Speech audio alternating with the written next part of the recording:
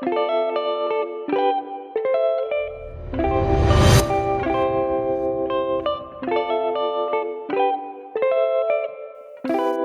everyone, compliments of the season. We've not recorded on Nuggets for some time because something very sad happened. Very, very sad indeed. You know, I run a nursery and primary school and we vacated for the term on the 12th of December 2025. So after we vacated, I traveled to Abuja for medical checkup and also to spend the holiday.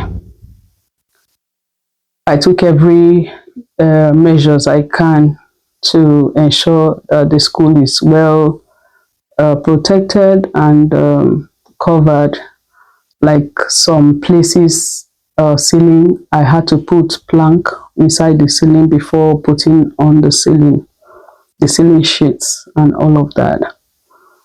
And I traveled. By January, as we were resuming, I discovered that they have broken into the school premises and carted away a lot of things, like every valuable thing in the school. We have about 15 ceiling fans in the school. They took all of them. The iron cabinets in the school, the iron cabinet, they just took out the drawers. They're just looking for metals. Anything that has metal in it, anything that has iron, they took. They took our two big generators that we normally use to pump water for the children. They took our public address system.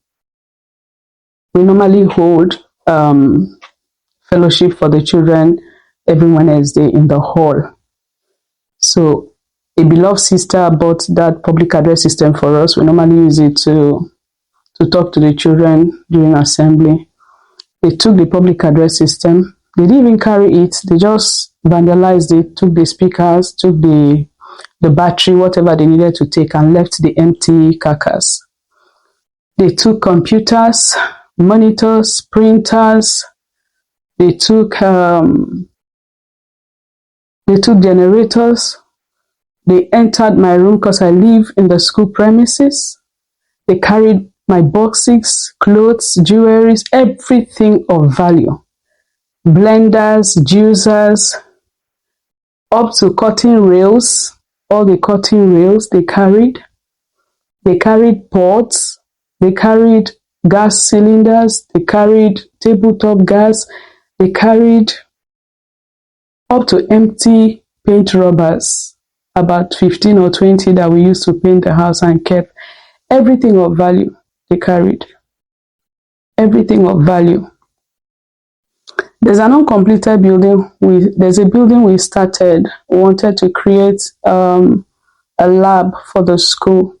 So we started the project. We hadn't completed it.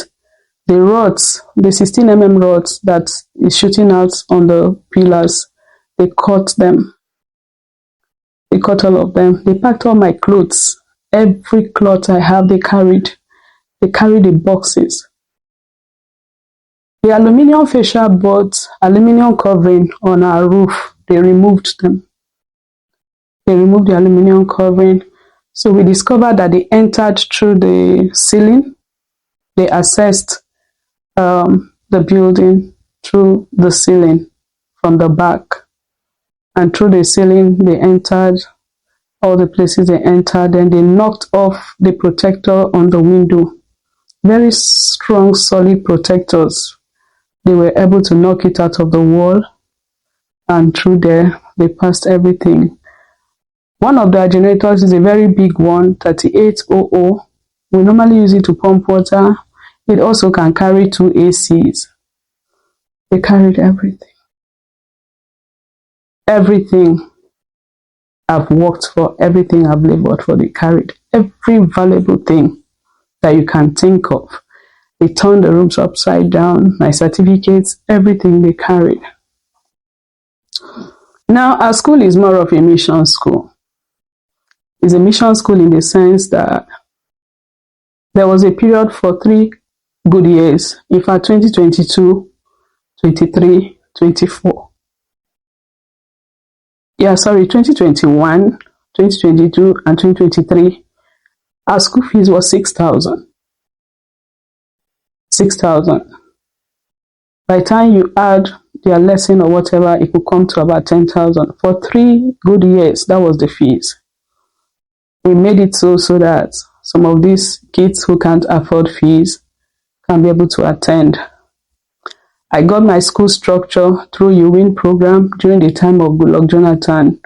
I entered for the business plan application, and by the grace of God, it was highly competitive, and I succeeded out of over 100,000 applications that the federal government got. I was among the lucky 1,200 businesses that accessed the grant. With a few support from individuals, we're able to put up the structure we have, fenced round with water. And so I try as much as possible that if God has given to us, let us try to make things affordable for the members of the community. And I've lived in this town now. In fact, I was born and bred here. I left at a point, came back, and I've been giving back to the society. And for the first time, I traveled to come back and meet this. The matter has been reported to the station, the area command, and the divisional police headquarters here. They are doing their best to find the people that did this. But for me as a human being, I've not been able to go back to my room where I live in the school. As you can see, they turned the place upside down. It's all scattered. And I can't stay there. So right now, I'm just squatting with the family. They took everything. Everything they took. I don't have an accommodation. One of the reasons I didn't bother going to get an accommodation outside is that my kids are all grown. They are not here. So it's only me. And the school is big enough. I decided that, okay, our fees are quite small. Let me just live within the school premises. So that to curb expenses, I decided to live in the school. So I don't bother about rent and I don't bother about anything. But right now, I can't stay in my place because there's no place for me. And they've so destroyed a lot of things in the school. I don't even know how I'm going to be able to fix these things. Most of these things, we bought them when the economy was still good. So thinking about the whole thing is so depressing right now for me. I'm managing to be strong. Yeah. They said I should be strong. Yeah, I'm trying to be. But I'm human, you know. I'm human, and I don't know how much of this I can take. I hope, even if I don't recover the items, I just hope they find the perpetrators, because this is sheer wickedness. Even if I don't recover the items, let's just be able to find them. And these kind of things are very rampant in this Igoli right now in Ogoja. It's very rampant. It's very, very rampant. Before you talk to 5 or 10 persons, about 8 of them will tell you that the same incidents has happened around them. For over a year now, we don't have light. We've never seen NEPA light in this area. Why? Because some things have been removed from the transformer. They stole some things from the transformer and it's worth 5 million naira. And NEPA is saying the people living in that area should contribute money and buy it. And because they don't have the money to contribute and buy it for the past 1 year or more, we've not seen light, not even for one day. I managed to buy solar for my place, a small solar that carries about 3 bulbs and a fan. Yeah, about 5 bulbs and a fan. I used 1 year to pay for it. I was paying every month for a whole year for a transformer of 140,000. I was paying every day, every month, I think about 10,000 or so. I paid the initial deposit of 20,000 and I paid 10,000 every month.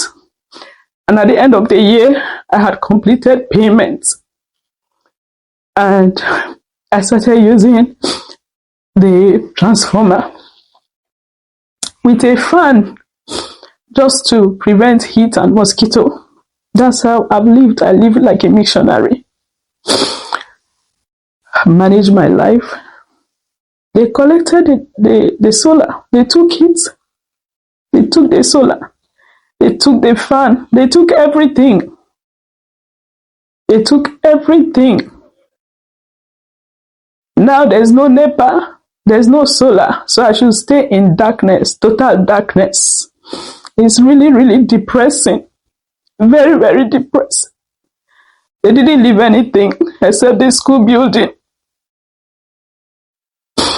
So please, even our ring lights, my mic that we are using for program, for my contents on Facebook, it's just this year when I met my brother Johnson here. He started handling my programs and I decided that, okay, there are some things I've learned over the years that I like to put out there maybe to help somebody. And he began to handle it. Now they took the ring lights, they took the microphones, they took everything. So we can't even carry on with our programs. The one we are using right now, he brought them from his place. So if you don't see our programs for some time, please just understand that this is the reason, and it is very, very sad. All these people who are doing condemn, selling condemn, buying condemn, they will load it in trailers and carry it to wherever. They are really encouraging crime in this part of the world. They are encouraging perpetrators who will go to people's places. All the wiring in the building, all the wiring, they removed them. They will cut the wire, remove the black and red cables inside and discard the other one. They buy wires, they buy cords, they buy iron, anything that has iron in it. And these people go around and say they are buying condemn, they are selling condemn, they will buy them and load trailers. Those things are stolen items. They invade people's houses and they pack all their properties. They go with vehicles, they pack everything. I'm not the only one. It's very rampant in this place. And they cannot be tracked. So, until when I can be able to replace the lights, the mic, and all of that, you may not hear our content for some time. I'd like you to pray for me. I just need strength. I need strength at this time. I want to sincerely appreciate the couple that is housing me currently, Mr. and Mrs. Linus. The Lord bless you mightily for your kindness. I want to appreciate, I know some of them may not want me to mention their name, Sister Josephine, who has sent me some token. The Lord bless you. Thank you for your labor of love. Persons, my school children, beautiful and wonderful kids, they kept praying for me. In fact, I saw them praying over the incidents and asking God to intervene. I just thank God for the crop of children He gave me. I thank God for my staff. I thank God for brethren who are just so loving and caring and encouraging. But not for them, maybe I would have slipped into depression. God just surrounded me with persons who are just so encouraging. And I thank God for them. Thank you so much. Thank you. The police officers, the area command, they've been so wonderful. I thank every one of them. God bless you all.